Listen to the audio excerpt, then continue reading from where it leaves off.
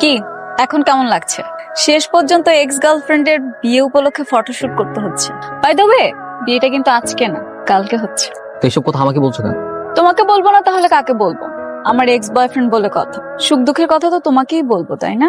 আমি এখানে আসছি আমার প্রফেশনাল ক্ষেত্রে প্রফেশনালি ভাবে গল্প করতে আসি। তা ঠিক, তুলো তুলো, সুন্দর করে ছবি তুলো। দেখো, এক্স গার্লফ্রেন্ড বলে আবার আজে বাজে ছবি তুলে মেমোরিটা ফুল করো।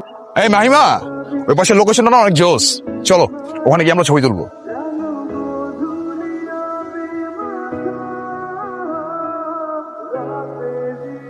আমার কোমরে হাত দিয়ে ছবি তুলো। কি ছবি তুলেছেন এগুলো? একটা ছবিও ভালো হয়নি। ছবি তোলার সময় মনোযোগ কই থাকে? মনোযোগ দিয়ে ছবি তুলতে পারেন না? বাবা, কি এই মেয়েটার ছবি তো ভালো ওঠে কিভাবে? এই মেয়েটা সুন্দর না ক্যামেরাটা সুন্দর? কোনটা?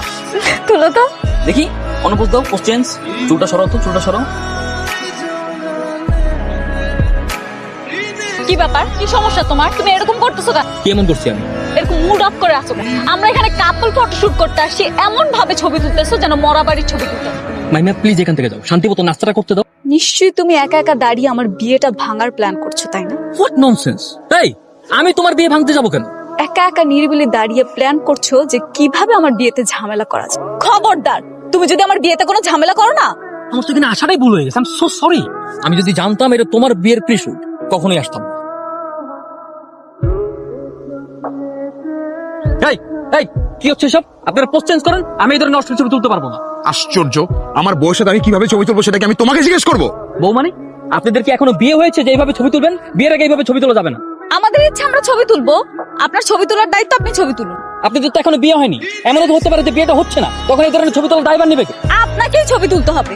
তাড়াতাড়ি আমাদের ছবি তুলুন, দরকার পড়লে আমাদের বাসর ঘরের ছবি আপনাকে দিয়ে তুলুন। কি হয়েছে? আপনার ফটোগ্রাফার উল্টাপাল্টা কথা বলতেছে, সে ছবি তুলবে না। ভাই দেখেন, তাড়াতাড়ি করেন, হলুদ রাত্রে বেলা, বেলা ঘুরিয়ে যাচ্ছে, এখন সময় নাই ভাই। বোঝান আপনার ফটোগ্রাফারকে, এখানে শেষ করে আমাদের হলুদের প্রস্তুতি নিতে হবে। শেষবারের মতো ওয়ার্নিং দিয়ে যাচ্ছে, আবার যেন আবার না আসা লাগে। আমি বেঞ্চে অপেক্ষা করব। তাই তুই ছবি তুল। তুই কি রেডি? হ্যাঁ মা, আমি রেডি। তাড়াতাড়ি চলে আয়, সবাই তোর জন্য অপেক্ষা করছে। রাত্রি ওকে তাড়াতাড়ি করে নিয়ে আয়। মেহেদি, আজ বিকেলে তুমি পার্কের মধ্যে অনেক বেশি বেয়াদবি করে ফেলেছো, এমনটা তোমার কাছ থেকে আশা করি। তুমি আমার ছোট ভাই, এই জন্য লাস্ট বারের মতো সুযোগ দিচ্ছি, শেষবার মাথায় রাখবা, ঠিক আছে? কেমন সুন্দর করে হলুদের ফটোগ্রাফি করো। আচ্ছা ভাই, আর হবে না।